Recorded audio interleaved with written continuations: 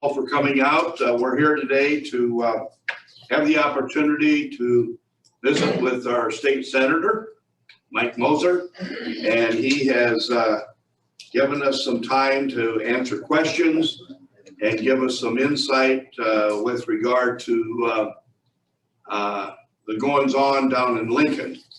So we have an attendance list here. I think we can forego the introductions, given the fact that the senator will have a list of who was here. And of course, we have quite a number of people that are joining us by Zoom. We thank you very kindly for that. And if during the process you wish to ask a question, you have to unmute yourself, and then what? Just say, "Hi, I have a question." That's what you do. All right, we're going to move forward. Senator, please, and thank you for coming. Thank you for inviting me. I appreciate the Chamber of Commerce facilitating this get-together, and Transportation Committee was involved. Appreciate them helping with it too. Well, we've kicked off the session so far. We're in hearings all day. And so it's a little different. Sometimes the hearings can kind of be long and boring. And, but nonetheless, we're getting a lot of bills heard. That's good. We're getting them through the committees. We haven't decided on the committees that I'm on which ones we're going to advance yet. We're still, well, I guess I shouldn't say that. We did advance a couple of bills from transportation. So this session I'm on transportation and telecommunications and natural resources. So Monday and Tuesday, we talk about broadband, roads, cell phones. Wednesday, Thursday, Friday, we talk about yeah, I don't know, that's not my thing. We talked about natural resources like game and parks and water, the environment, all those things. So we've had some interesting kind of developments, I think, in those areas. One of our own, Ken Curry, is nominated to serve on game and parks. And one of the senators, he had a nice hearing. He did a great job. He's got a really nice resume, and Again, I couldn't hear it. he has a really, can you spell that? R-E-A. We're used to spelling everything in committee so they can write it down. But anyway, he did a great job. But some of the members of the Resources Committee are kind of at odds with the Game and Parks. Because the Game and Parks, in my estimation, are primarily trying to make the sportsman experience the best they can. They manage the game so that the best way to manage game is to hunt it. And so they try to manage that to make that happen. But some of the senators from out west are mad because sometimes those elk travel in big herds and they'll see a really nice center pivot irrigated cornfield amongst all that sand and grass and whatever, and they'll go plow that down and just mow it down to the ground. And some of the farmers have hundreds of thousands of dollars of damage, and the state doesn't pay any damages. So Senator Erdman has a bill that would require the state to pay those damages. And so we heard that the other day. He also entered a bill to move the head of Game and Parks to Sidney, Nebraska.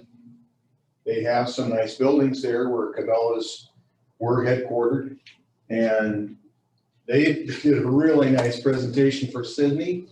I was really impressed. But Game and Parks was against that, and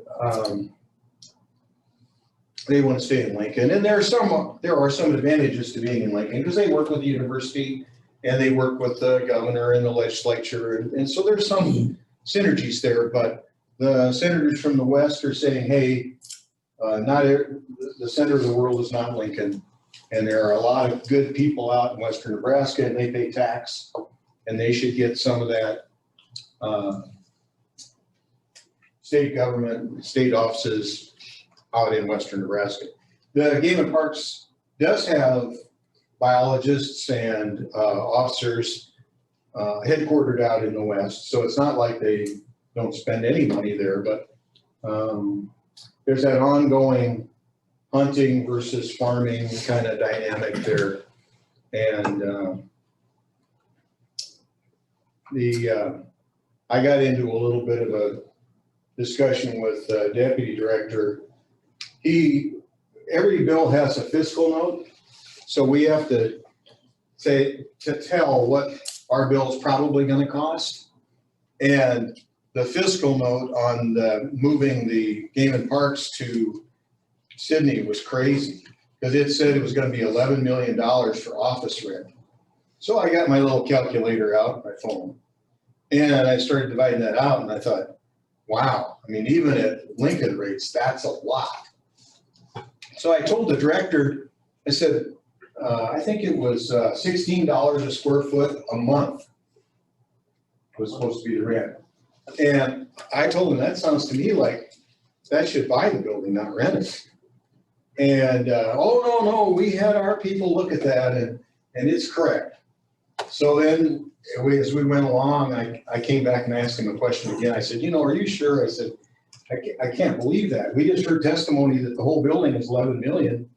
And everybody laughed when I said it's cheaper to just buy it than rent it, but it's true. And so then he got a text from staff, and they did make a mistake. It was supposed to be the yearly rent, not the monthly rent.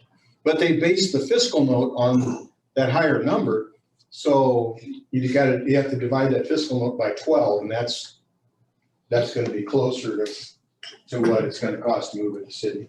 I don't know if that's going to happen, but what disappointed me about it was the fact that they had a crazy number there. They should have recognized that number didn't look accurate. And I'm surprised no other senator, I don't think anybody else, I guess maybe they did complain about it. But I think let me put it this way, Game and Parks wasn't disappointed that the fiscal note was real high, because they don't want to go in there. So I'm not saying they purposely made a mistake, but they weren't doing their due diligence, I would say. And the same thing happened, I think, on Erdman's bill to pay landowners that have damage from animals. The Constitution of Nebraska says that if we damage somebody's property, the state, we're supposed to pay it. We can't take their property without compensation. And the farmers out west sometimes will get a herd of elk that'll come in and just mow a field down. And Game and Parks pays nothing. They don't have enough money probably in their budget as it is to pay it anyway. But they're more interested in managing elk, I think, and deer and antelope and all the game animals by hunting, that's a good way to do it. But it's not getting done well. That's the problem. And so they came up with a fiscal note on that, and I don't remember exactly how much it was. I don't know if Ross is still listening. Ross, if you're listening, look up that fiscal note on Erdman's compensation for game animal damage and text it to me if you would. So anyway, they took the absolute worst case scenario of like 0.75% of all people, all farmers have damage, and then they multiplied that times the biggest number of the damage, and it wound up being, Ross will tell me, but it's like 100 million or something. It's way up there. So again, I think they were putting a worst case scenario forward, trying to discourage paying farmers, because it would be messy. Arnie could have damage. Ortwick is a farmer up in Stanton County. You're in Stanton County, actually, yeah. It's a little bit over to the side from Stanton. And, and then how would we decide how much to pay Mr. Ortwick or Mr. Stupa. You know, you'd have another bureaucracy. We're paying out money. So I understand that would be a problem. Erdman put a $10 million appropriation in there thinking that that might be a number to start with. But I asked the director, I said, well, your fiscal note's based on the worst case scenario, everything being the most expensive. I said, what if they just limited it to people who had 25% damage to their field or 50% even? Because even that would be quite a few. And he said, well, I'm not at, don't have the permission of the board to speak, he said. So he didn't really answer that question, but we'll see. Those agencies are nominated by the governor. The people are approved by the legislature.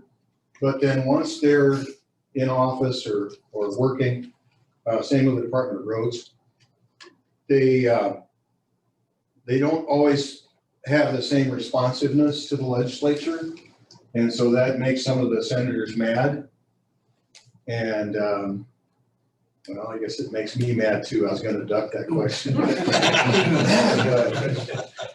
Because the same thing happened to me on, well, it wasn't the fiscal note, but I entered a bill to front $70 million to the Department of Transportation so they would get the reimbursement or have the same amount of money that they're going to get from a reimbursement from the feds. They're going to wait for that money to come in. And the flood damage has really bent their budget. And so loaning this money to the Department of Roads and then paying it back when we get the money from the feds would be a way to eliminate some of that uncertainty. And so that we wouldn't have us be one less thing to mess up the progress. Because it's kind of like driving through a 12-inch snowdrift. Anything you do to slow it down, you can just kill it, you know. And so if you have, you know, one property owner that doesn't like how the eminent domain's going and they sue you, or, yeah, I mean, there's just so many things.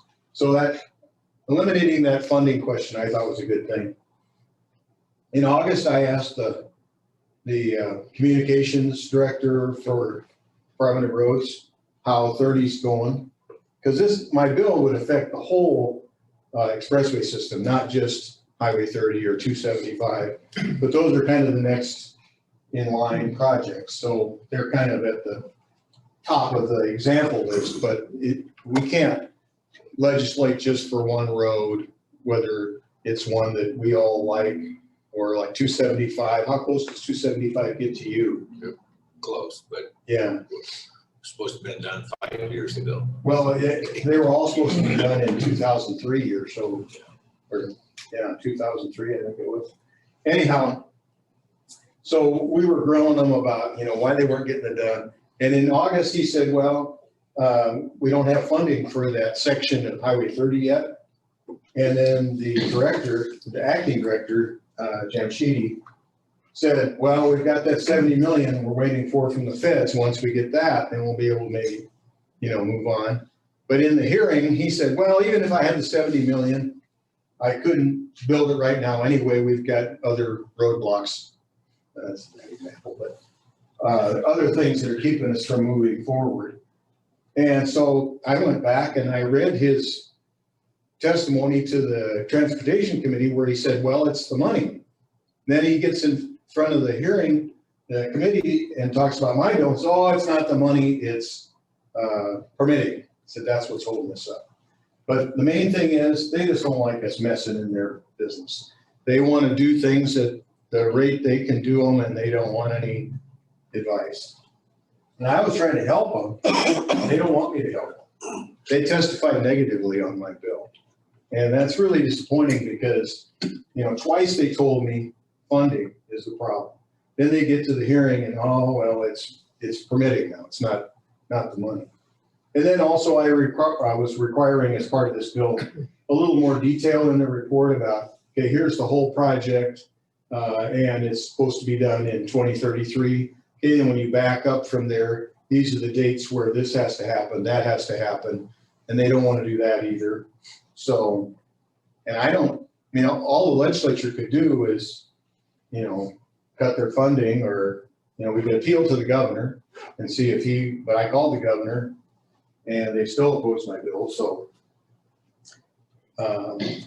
My bill is not all that big a deal. I mean, it's greasing the wheels a little bit is all. There's another bill where, walls entered, where we would allow the Department of Roads to bond for roads. But there are people against that because they don't know that the legislature will be responsible. They're worried that the legislature would borrow to fund things that they can't pay back, or get themselves into a box where they borrow too much and they can't pay it back.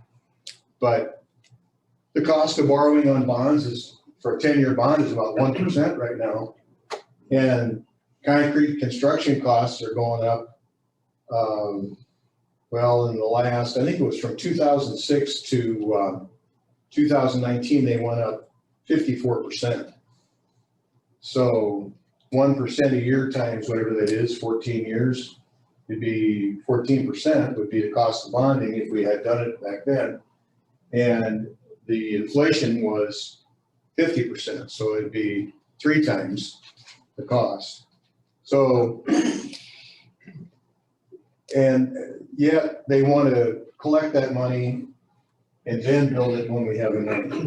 To me, it's kind of like living in an apartment, trying to save up money to buy a house.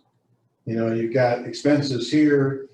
You may never get enough money put away to buy a house, and it might take you 30 years.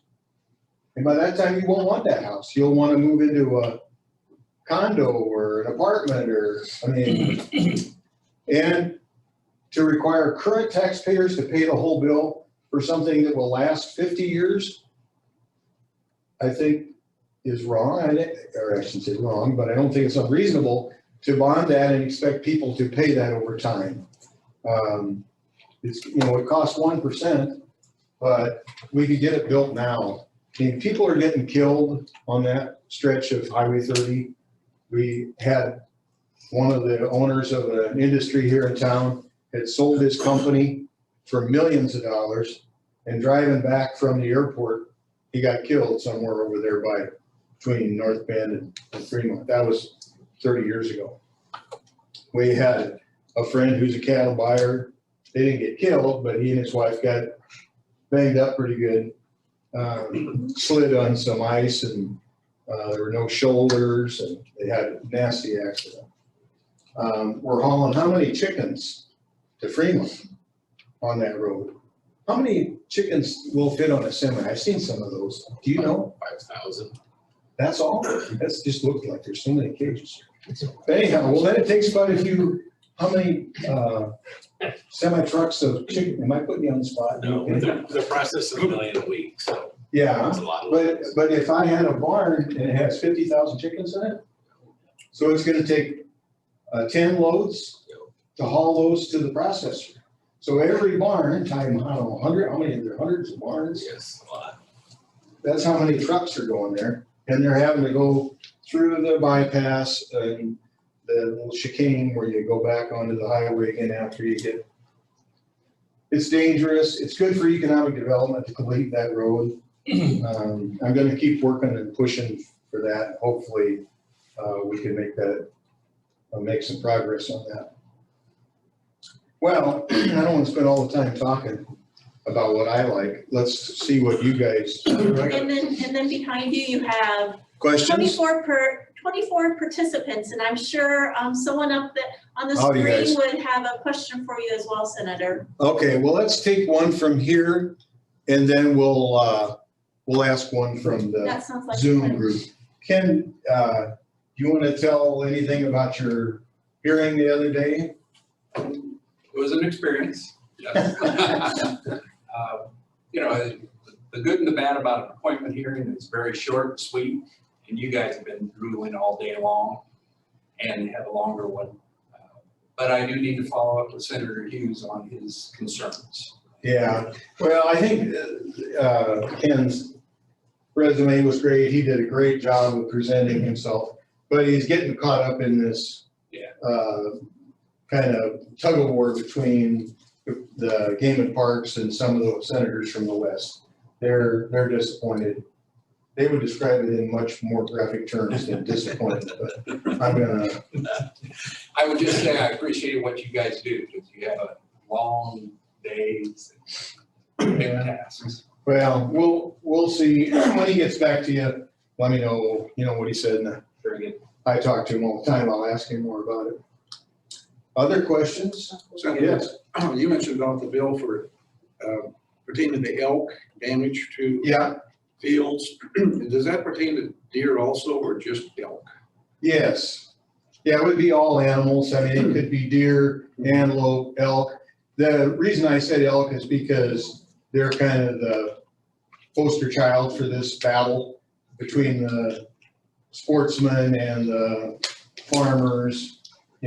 Having a herd of elk in Nebraska is kind of new. I mean, they've always had a few, but they've really grown.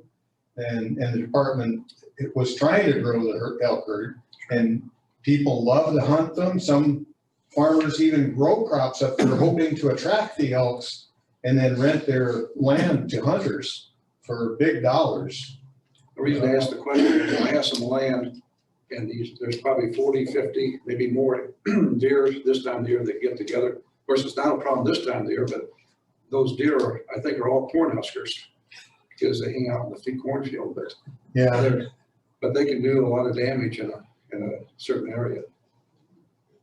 Yeah, I think it's a good idea to talk about it. I'd like to see it get to the floor, and I think we might have to set some limits. Because if you took the worst case scenario, every farmer might have a tree where some deer, cut through the bark and killed a tree or something.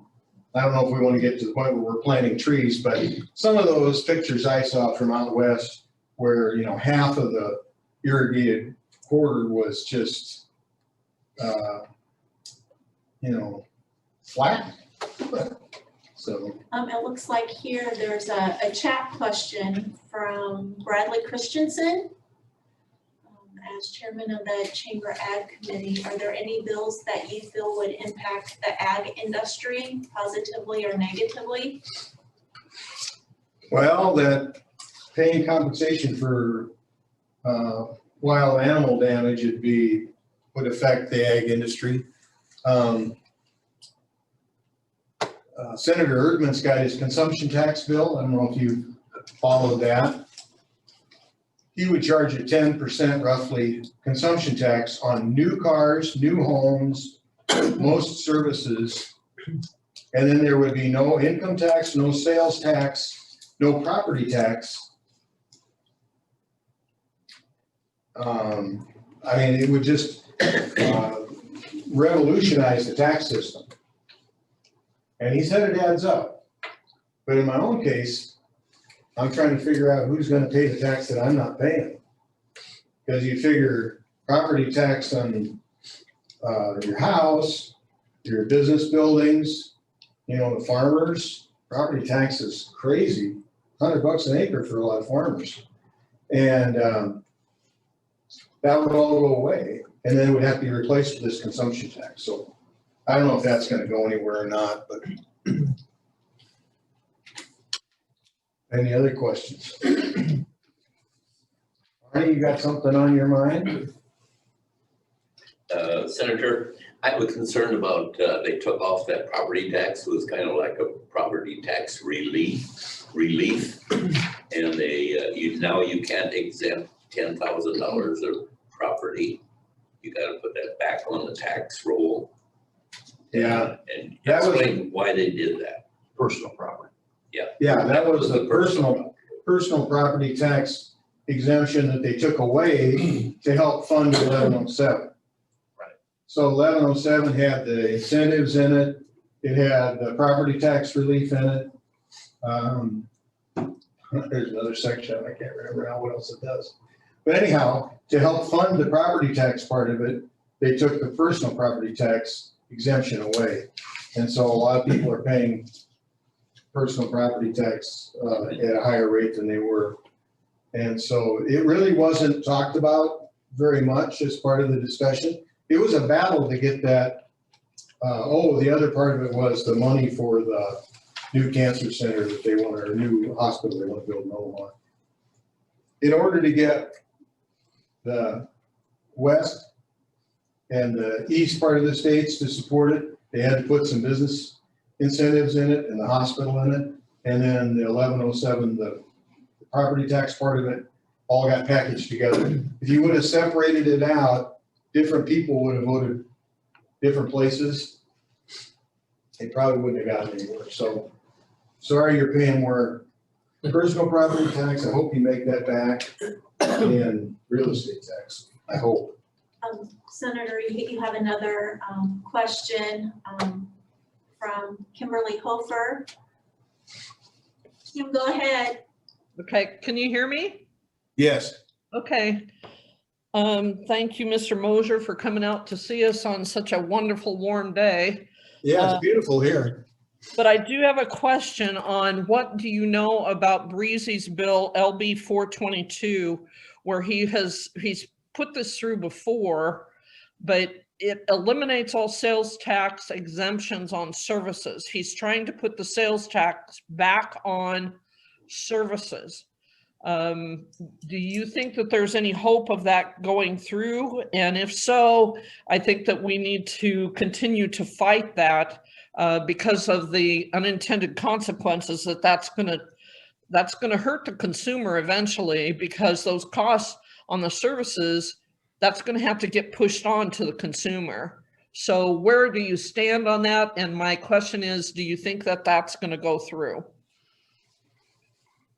My guess is it may not get advanced. I think the Revenue Committee wants to do a thorough examination of all the tax system, all the different taxes in the system, and look at how they might rebalance it.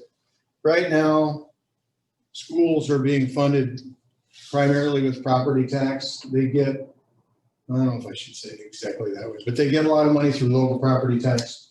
They get a lot of money from the state too, but the state over time has kind of dropped support for K-12 education, so they've raised property taxes to pay for it. And so he's trying to come up with a way to broaden the tax base and lower the rate and hopefully even out those taxes so that they're not, we aren't relying too much on one kind of tax. And there are a bunch of tax bills. Erdman's consumption tax bill is there. I don't know.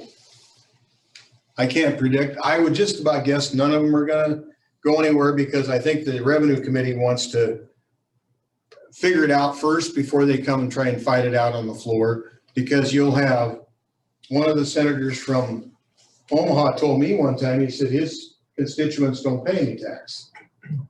So he's not worried about property tax. Most of his constituents don't make that much money, and they just don't pay that much tax.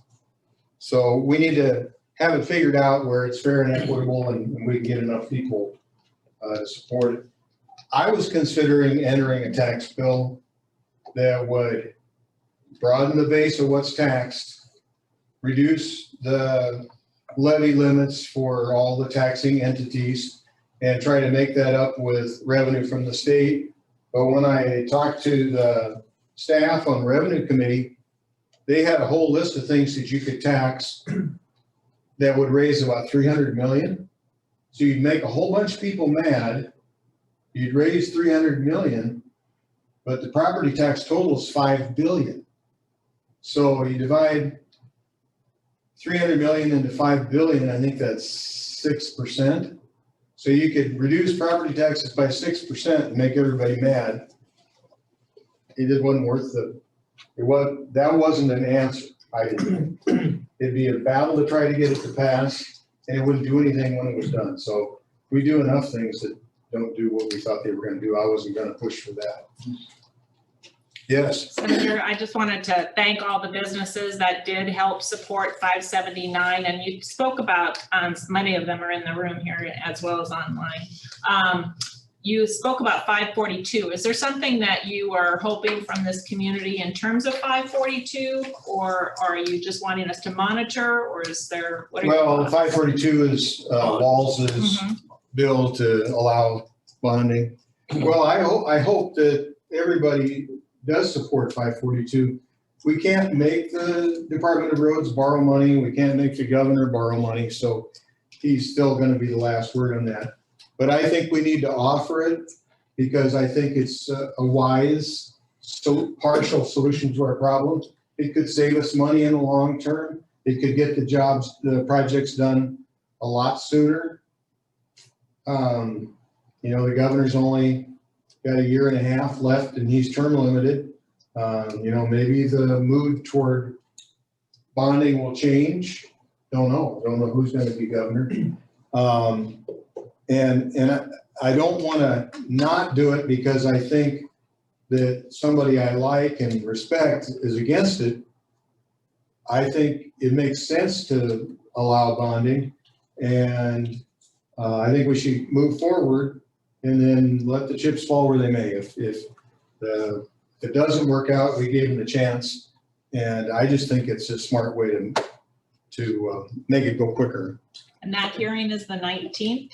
I hadn't even seen the schedule, the 19th. If I could piggyback that question, my question is, it's my understanding, I was on a call this morning with the Nebraska Economic Development Department, and that the governor's against the bonding. You guys do all this work and get it presented. How do you overcome that, his role? Well, he could veto it, first of all. Right.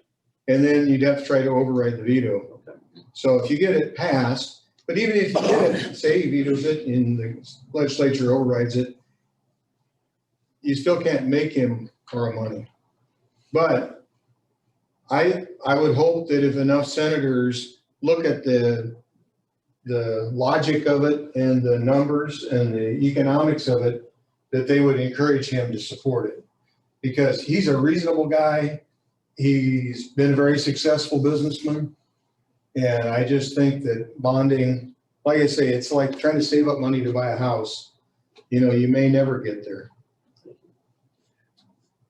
Senator, I kind of have a different look at, property taxes. Property taxes and real estate taxes are assessed locally, collected locally, and spent locally. If we have a concern about they're too much or we're not willing to pay for an education, you have a board that establishes what they're going to spend, and you go to those meetings and give them your concern. That to me it's really not a state issue. It's a local issue, but it's something that gets to the people. I pay a lot of real estate taxes and sales tax and. Me too. And but it's something that if you think they're spending too much in a certain area, go to the boards. Well, the school boards are kind of put in a tight spot because state revenue to K-12 education over time has declined. When we had tight budgets, we keep lowering the state aid. And Columbus gets more state aid than a lot of districts because we have a lot of free and reduced lunch students. And so that qualifies us for TIOSA aid. And so they get pretty sizable state subsidy, but about 70% of the schools don't get any subsidy. They've got good valuation, they've got good boards and smart administration. They don't blow money on stuff. There's a school district about 25 miles north of us. I think their levy is in the 40s. You have any ground in Humphrey? No. I think it's 40 or about. And then I think if you're in the Lakeview district, what is it there? 60 something, the school part?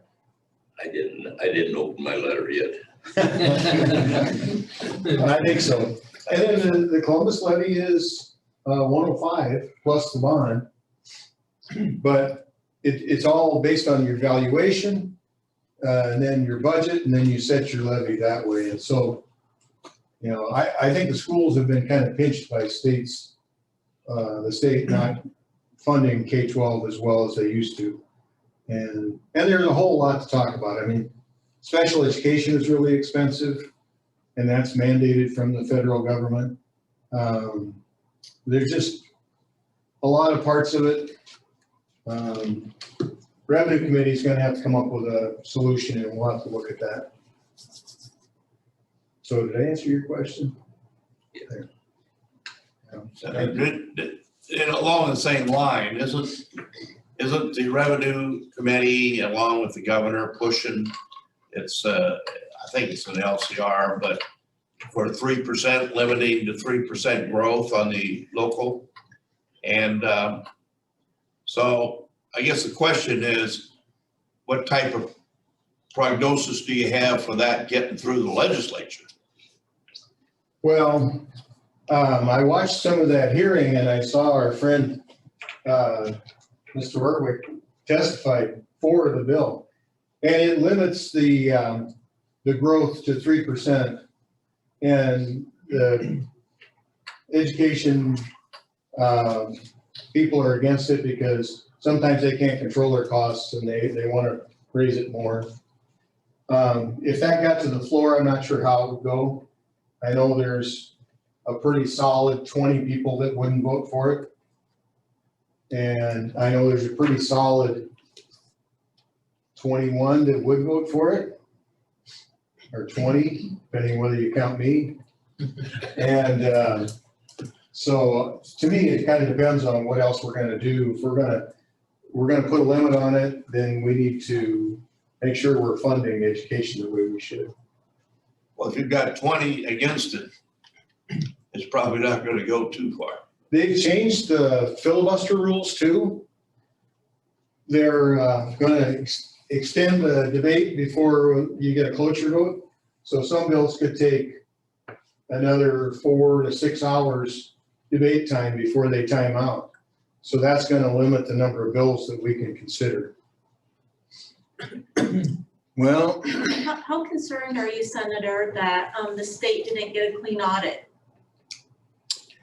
I read that article in the press. I haven't really talked to Senator Stinner, would be a really good resource there. Mostly they were reporting mistakes. They didn't actually, I don't think they spent that much money wrongly. I think they just had a lot of mistakes in their report. And that's kind of like the report from Game and Parks where they said it was going to cost $11 million to rent office space in Sidney, Nebraska. I knew that sounded crazy. And that's probably how the auditor found it too. He saw numbers that didn't look right, and then he started checking and the numbers were not good. So I don't, to me, 21 billion was a lot, and oh yeah. and that's just a sampling. I mean, an audit, anybody who goes through an audit, that's just a sampling. It's not the true. Well, I think they were reporting errors. They weren't necessarily money spent foolishly. They just had numbers in wrong cells in their spreadsheets, and they didn't add up right. There's a few above that too, Cheryl, if you scroll up. Okay. Let's see, here's 422. This one's from Jason Buss. Hi, Jason. Hi, Mike. I'm trying to remember what Friesen's 174 does. It's for counting every crash. I'd presume you'd support that bill to try to use that crash data to try to have a good database to prevent crashes in our state. Yeah, it sounds like a smart idea. I haven't read it. We have 700 bills or so, and every day in a hearing, we'll have 3 or 4 bills a day.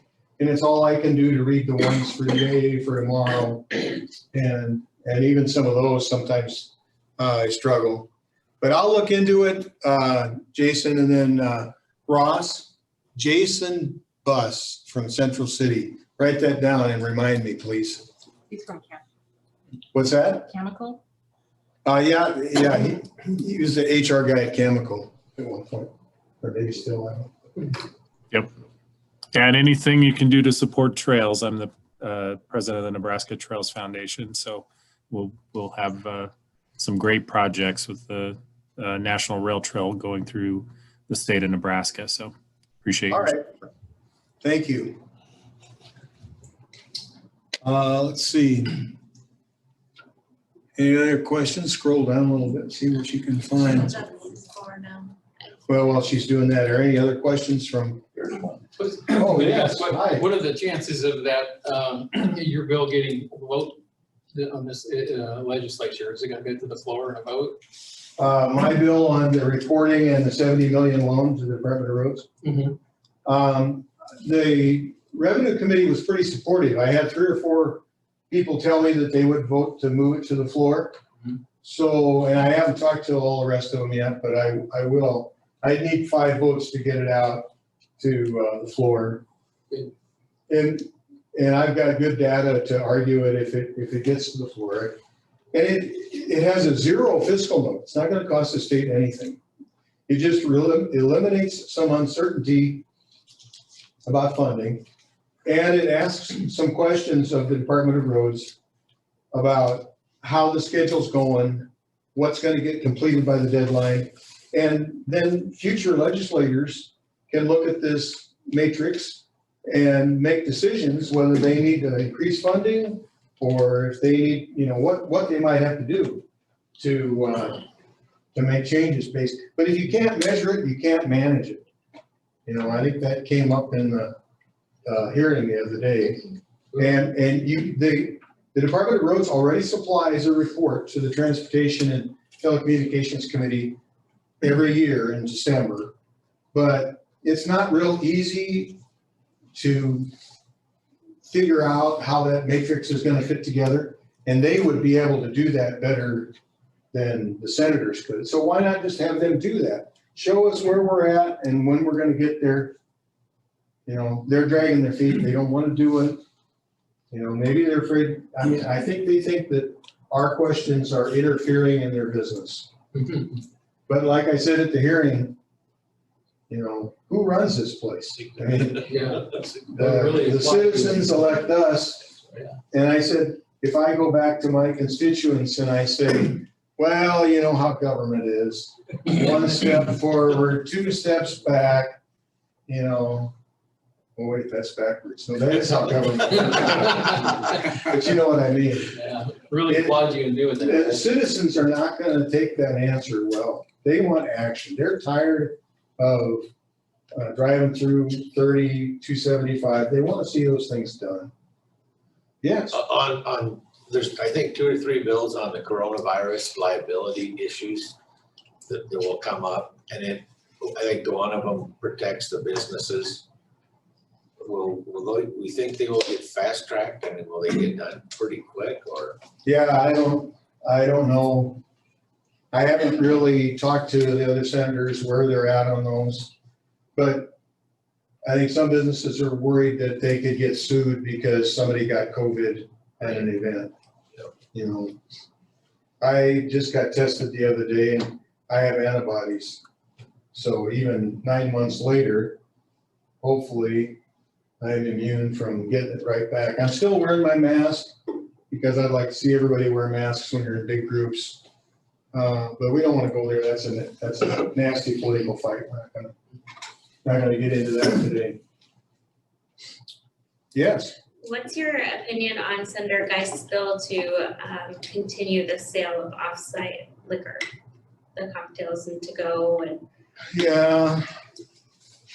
That doesn't really bother me that much. I mean, I think the reason that you can't haul open containers around is because it's more difficult for the state patrol or the sheriff or the police to manage when they pull somebody over and they have an open container. Have they been drinking? Is the container full? I mean, it gives the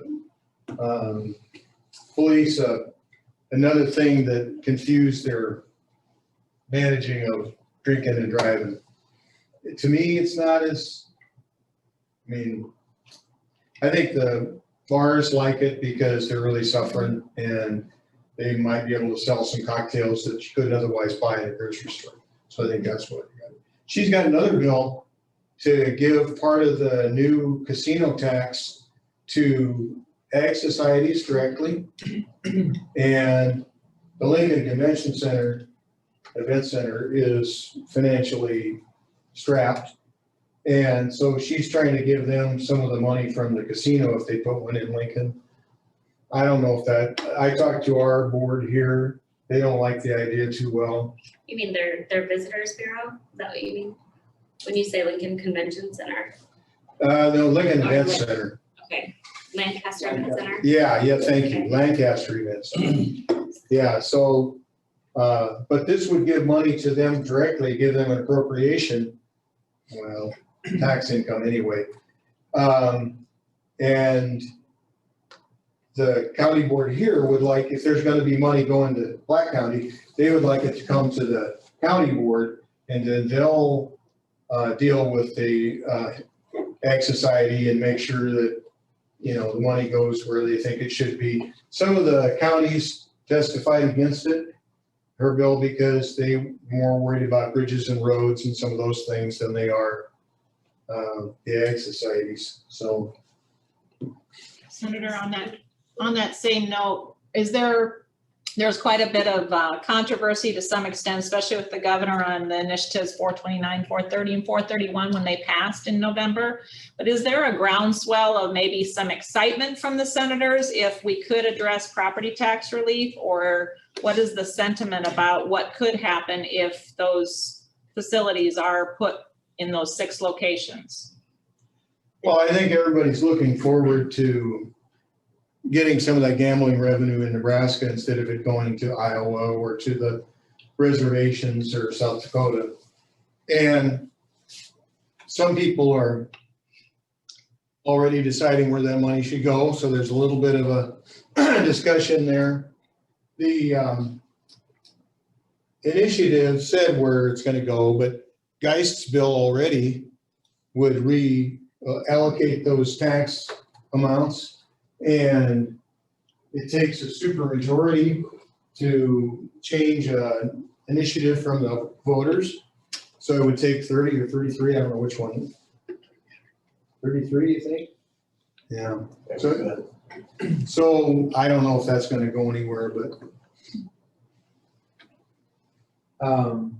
I know there's talk in Black County about possibly building a casino. I've heard some of the promoters of it are working on it, and I talked to the mayor a little bit about it, and he's feeling, I think, good that, you know, there are some people out there trying to make it happen. Somebody asked about Mayor Moaning saying anything about our bills. I haven't talked to him personally, but he wrote a letter to the legislature along with our mayor and some others supporting completion of the expressway system. So I'm sure he's going to be supportive. I really appreciate the local people who came down to testify for my bill. It was a nasty day. It was cold and snowing, and Dennis Hirschbrunner and the VMC traffic manager, what was his name? Shandy Hands, okay. He gave a real good talk about having to haul all their stuff by semi trucks. $200 million a year, more or less, Valence does. They haul a lot of that stuff out of there by semi truck. And he said, I think he said he'd do 70 loads a week or something like that. I mean, it's a lot. I think that the bonding bill may get more testimony because it's, I think, more effective. Does more, could do more than mine. Mine might help, but it's not as effective as bonding could be. I think sometimes in Lincoln, they don't realize how much industry and economic development is generated just right here in Columbus.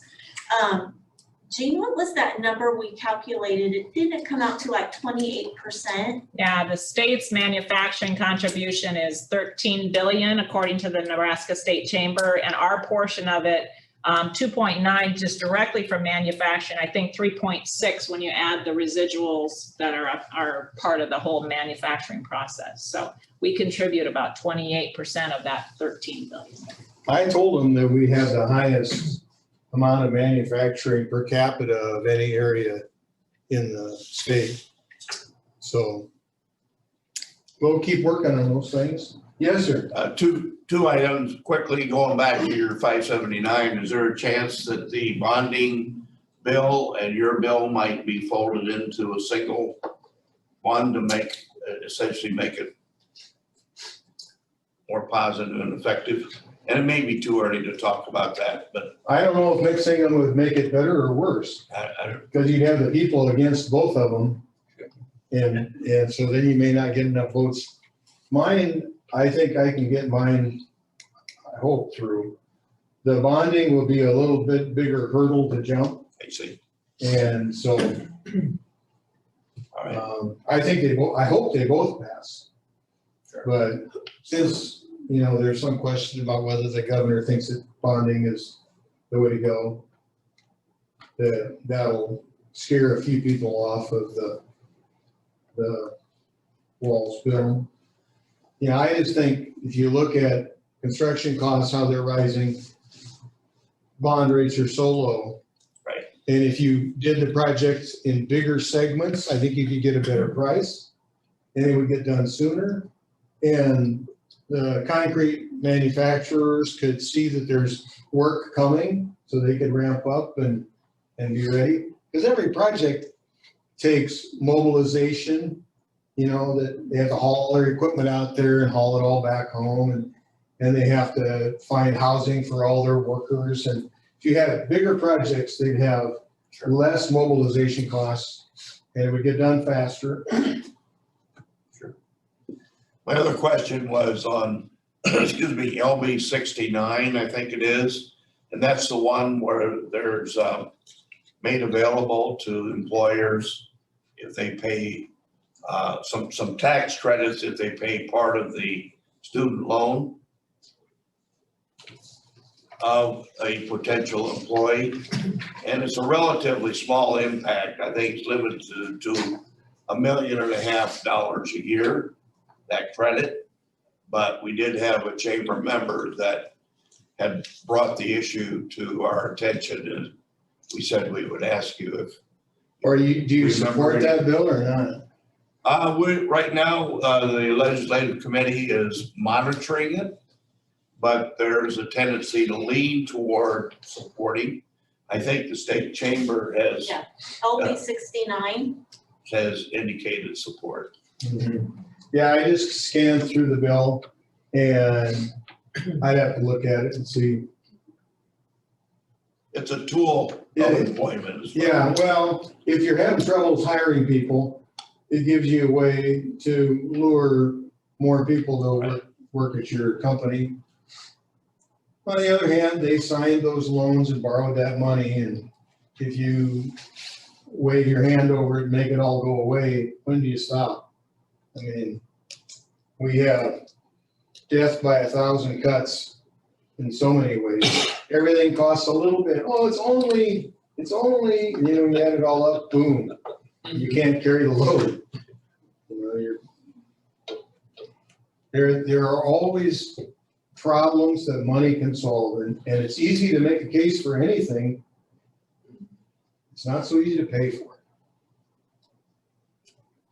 Nobody wants to pay more tax. Well, a few, but most people don't. My constituents are against paying taxes. I've had a lot of them talk to me about that. That's one thing they believe in. Less tax, less government. Well, it's getting late here, so we probably, one more question. We'll give, somebody got anything exciting to ask? I'll always ask one. Any of your thoughts on the $15 minimum wage? Well, I probably wouldn't vote for that. I think wages should be set by the employers and the employees. And if you start saying you've got to pay them $15, then you're going to have to decide whether there's a cheaper way to get it done without hiring somebody. I mean, maybe it'll come to kiosks at McDonald's where you touch your own order into it and then put your credit card in when you pay it and go, But I just don't think we want to interfere in the relationship between business and the employees. There's a couple of bills on paying people more. One of them is the tipped wage. They want to increase that. There's a bill that would let people quit their job and get unemployment right away to take care of family members because they're sick. Well, sick family members is a real sympathetic problem to want to help with, but they're going to draw money out of the unemployment pool. Well, the unemployment tax is based on how many losses an employer's had and what classification his employees are in. And if he has a bunch of people quit to take care of sick relatives, then his balance is going to go down in his fund and he's going to have to pay a higher rate to put that money back in there. So they say, oh, it's not much. It's not going to cost the businesses much. Well, another one of the 10,000 or 1,000 cuts, and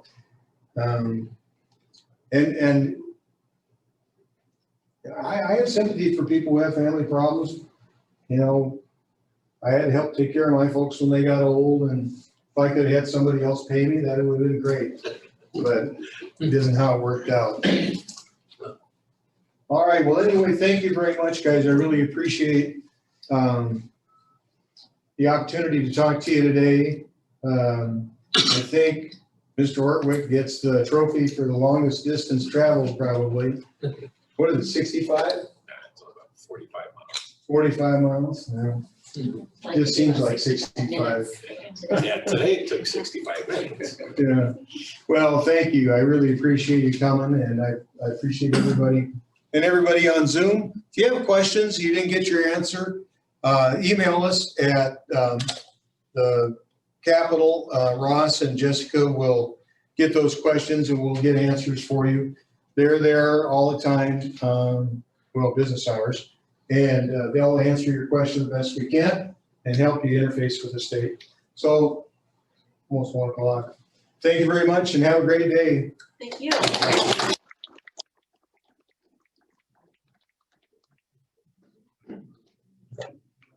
Well, thank you.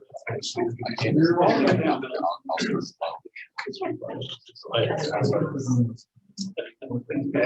Yeah, I have a black mask. Must be in your pocket.